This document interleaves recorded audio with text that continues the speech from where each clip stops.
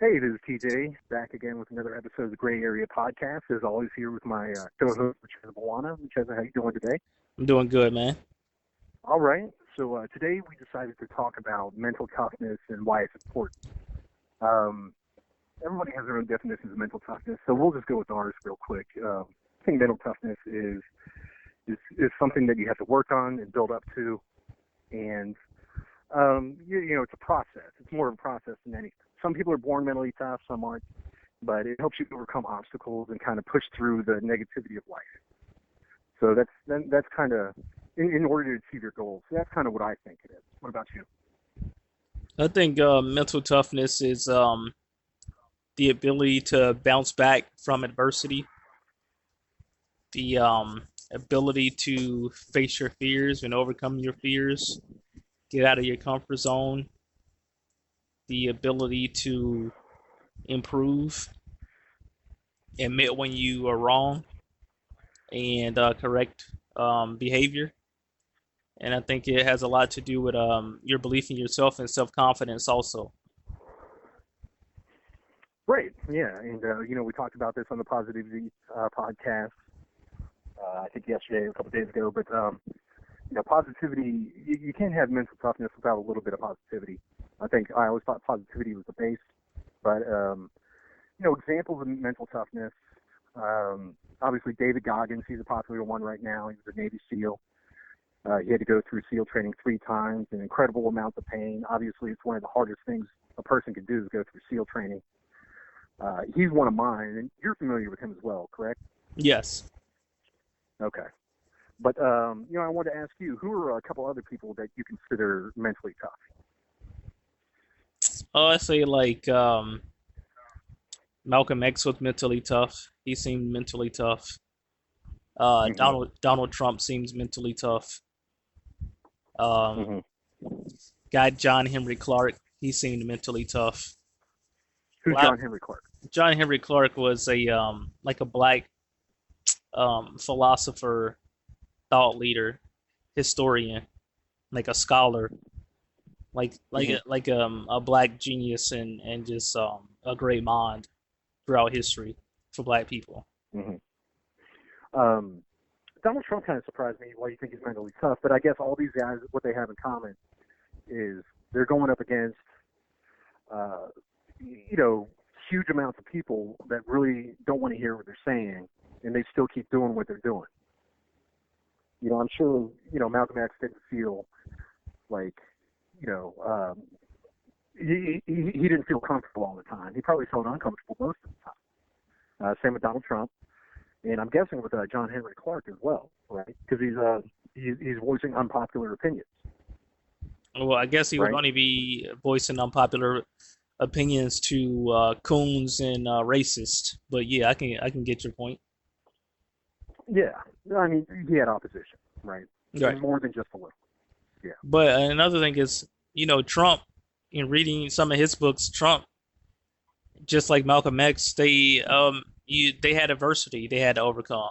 They've had times where they've had failures and overcame. Like Malcolm X was in jail, he could have continued to be somebody that had a life of crime and was pretty much going nowhere, but he was able to apply himself and read books and become one of the most smartest people on earth and one of the most influential people ever on the planet.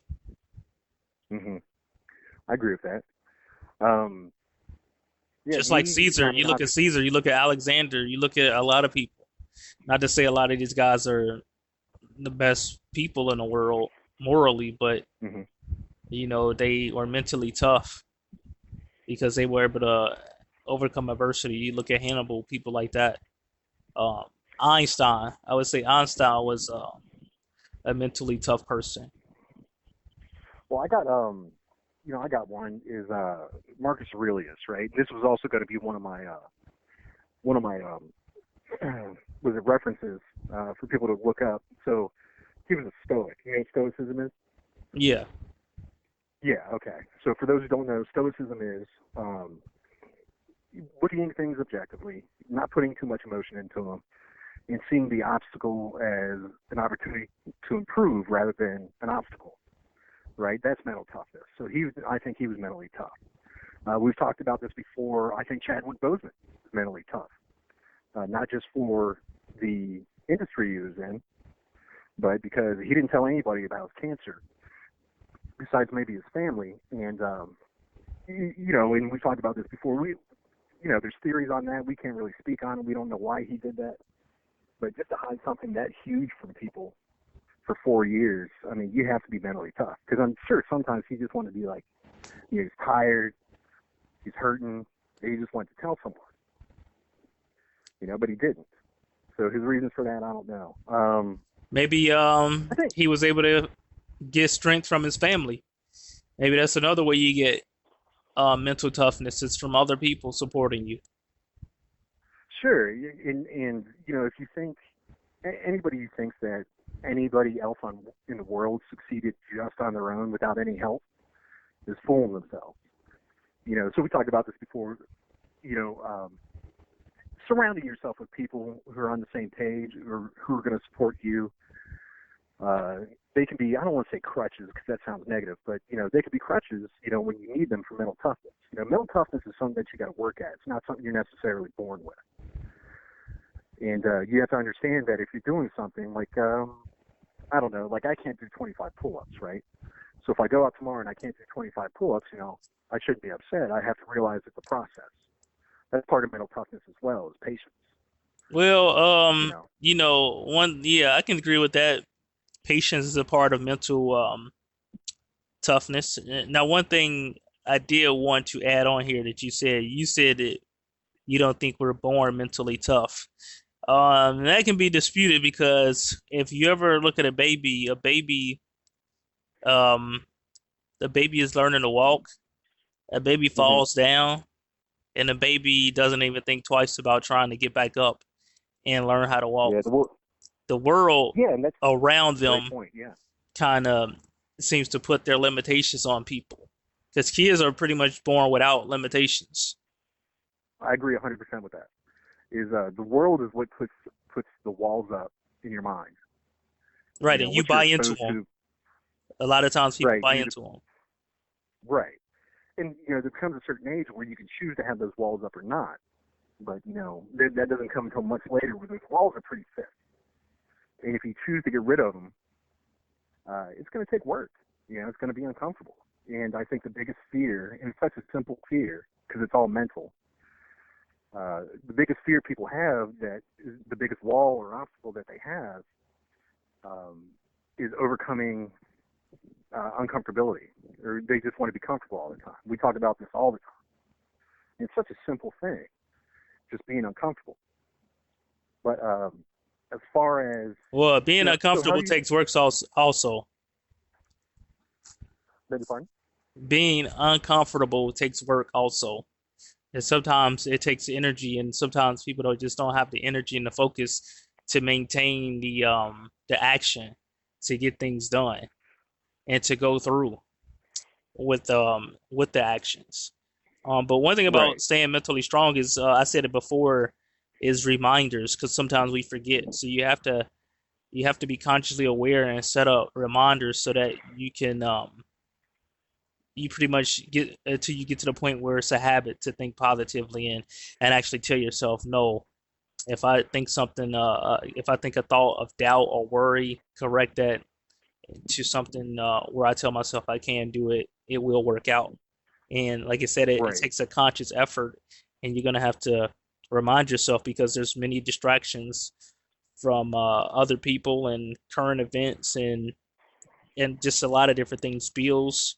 So you hmm just got to stay on course. And sometimes it does help to be around other people who have not necessarily the same goals, but are looking to improve, like yourself, can to help hold you accountable. Right. Um, in one way, the next thing we're going to talk about is how to cultivate mental toughness. And I was going to elaborate on a point.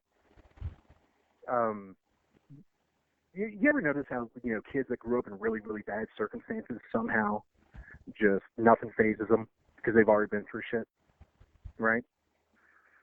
They had an alcoholic mother, father. They were in foster homes their whole time.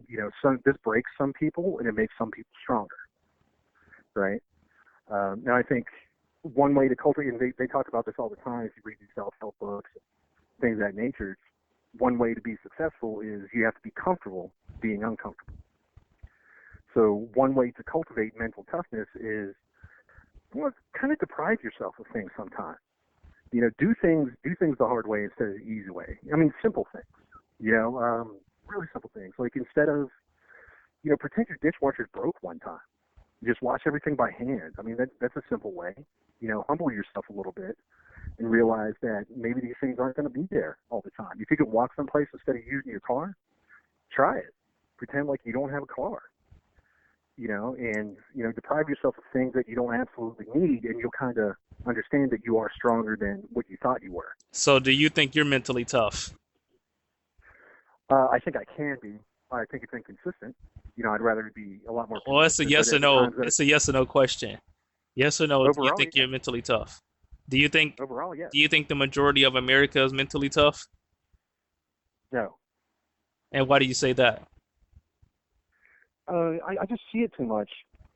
You see what too I much? see it too much. I just see it too much with people. If you complain a lot, that's one thing that kind of tells me you're not mentally tough. If you're trying to have a conversation with someone and it's an uncomfortable conversation and you just want to get out of the conversation, or you just want to spout your opinions or get too emotional about the conversation, I don't think you're mentally tough. If you make up excuses for why you don't want to do something, I don't think you're mentally tough. So is a sellout mentally tough? Sell out in what context? Any context. All right, just give me an example. Like a sellout, like Who do you think is a black sellout? a black sellout? Yeah, who do you think is a black sellout? Ben Carson. So do you think Ben Carson is mentally tough? Um, I don't know enough about Ben Carson. So why did you just say Ben No. Carson? Well, you asked me to pick a sellout. Well, you said Ben Carson. Well, he seems delusional. How does he seem really delusional? I really felt like he was trying to represent or be a part of people that didn't give a shit about him or his race or his people. But isn't that what black people are doing with the Democratic Party? I don't know. We're getting off the thing. I'm just saying. Yeah, I mean, you just said that basically he was trying to be down with people that weren't going to do anything for him and didn't give a shit about him. But isn't that exactly what the Democratic Party is offering up to black people? Democratic Party is always Yes or no? Yes or no? Yes or no? I'm just a real simple guy, man. I'm not as I guess as well learned as you, man. And I'm just I kind of break it down simply. When you do the yes or no questions, that's what you're doing is you're oversimplifying a very complex thing. So ask the question again. I forgot the question. Because I forgot the question. Go back to your mentally tough thing. You were saying that I was asking you why did you say America wasn't mentally tough? The majority of Americans weren't mentally tough, and then you couldn't really give me examples. So then I tried to say, well, do you think I did give a you sellout? examples. I did give you examples. Yeah, like just regular people. When you say the majority of America, I don't think of celebrities. I think of regular people. Regular people will do anything that keeps them comfortable, and then they'll complain about why they're not doing better. So you think people working a 9 to 5 that they don't like are mentally weak? Not necessarily. So what's the criteria to be mentally weak? Because you said Ben Carson, and I think Ben Carson was a surgeon before he got into politics. I mean, he's smart. So you can be smart and not mentally tough. Yeah, absolutely. Okay. Absolutely, you can. No, if someone's for example, if someone's working a 9 to 5 and they're doing it because they have to feed their family, that's a mentally tough person. Even if they hate it, that is a mentally tough person. They get up and they do something that they hate every day for the greater good of their family. Yeah, that's a mentally tough person. I think it goes on an individual basis for the most part, but, America as a whole, I mean, do you think America as a whole is mentally tough? Ask you the Probably same not. question. No, I would say no. And why? Why is that? Because I don't think we can have not enough people are willing to have an honest conversation to correct um and improve. That's exactly what I said. But go ahead. I just said what I said, man. Okay. Are you getting heated right now? No, I mean I calmly said Oh, I okay. just said what I said, so I'm not Oh, really okay. I sure mean, where that came from. Maybe whenever a black person, maybe this is why black people get shot, you know, because I calmly calmly just said I stated what I said, and then you all of a sudden accuse me of being heated, and I'm kind of no, confused I as felt like to where did we even come no, from. So, I just felt so like you were being a little short, and like I felt I like can you kind of attacked me when understand. I did my reason. No, I can You understand know, why, and there's this. I mean, our race is mentally tough. Our race is mentally tough people. are races as a whole mentally tough Our people? Yeah, I think racist, so. mentally tough A people. racist? Yeah, Uh, no, no, no. and Because most why racists, not? for the same reason you just gave, because most racists don't want to have that uncomfortable conversation. They just want to believe what they want to believe, stay in the comfort zone, and So they the don't want to have a comfort zone is conversation. hating other people and believing other people that were the first humans are less than human. I mean, obviously. Damn. So the I mean, comfort zone is that's what. delusion. Yeah, yeah. For some people, I mean, Okay. shit. I mean, for a lot of people, I would think so. Yeah. I mean, don't you think? I guess so. Yeah. I guess. Yeah. The comfort zone is can be delusion, place of delusion for a lot of us. I mean, you're asking me to, kind of pick apart, illogical people. You're asking me to pick apart people it's kind of like trying to tell someone that magic doesn't exist. you know, like people who just they don't use logic. They just go read propaganda and they believe propaganda. They don't care anything about facts or But anything didn't like you that. believe a lot of So this stuff also? what's that? Magic? No, I'm talking about in racist ideology. Did I or do I? No. I said, did you? Didn't you? No, no, no, no, no, no. I never You believed never any of that stuff. believed any of that stuff that you were told. You just all of a sudden you just always knew it was a lie. No, I think when I was much younger, I kind of went with it. But when I was old enough to think for myself, I did not. So you're talking. So if we're talking about full grown racists, right? People who are adults and have the ability, hopefully, to think for themselves, they choose not to. So I think that yeah, that's not mentally tough. I think being mentally tough means you have to be a little bit vulnerable, and you have to be open, and you have to be open to the fact that you might be wrong. I mean, we talked about that, and people don't want to be wrong, get out of the comfort zone. It always goes back to comfort. People don't want to be wrong. So if you can't take that, if you can't take a little bit of criticism, or you can't take the fact that you're not always right. Yeah, you're not mentally tough. You're just delusional. You're fooling yourself. Okay, so a major factor. So basically, are you saying a major factor of being mentally tough is being able to handle And uncomfortable it's a situations? yeah, yes, it's a huge factor. It's probably the Okay. biggest factor. Well, it looks like that's Yeah. it looks like the stopwatch just went off, man. So we're gonna have to leave it at that. You got any final words? Uh, yeah. The one thing I was going to say, as far as mentally, cultivating mentally toughness, which we didn't really get to, is Well, you the is one who kind pretty of got off topic there, pretty man. pretty plain and simple. Was pretty plain and simple. It's not. It's just putting yourself in uncomfortable situations where the benefit is you're going to grow as a person or you're Uh, going to achieve a goal. okay. Yeah. Yeah, I think so. What about you? I mean, I already said that early in the show what I thought it was. So, I mean, Okay. we could just leave it at that, Any feedback anybody wants to give would be appreciated. Like and subscribe and start to share this stuff out. Right now, we're just really trying to work the kinks out and get a format together. But in the meantime, hopefully we have some conversations that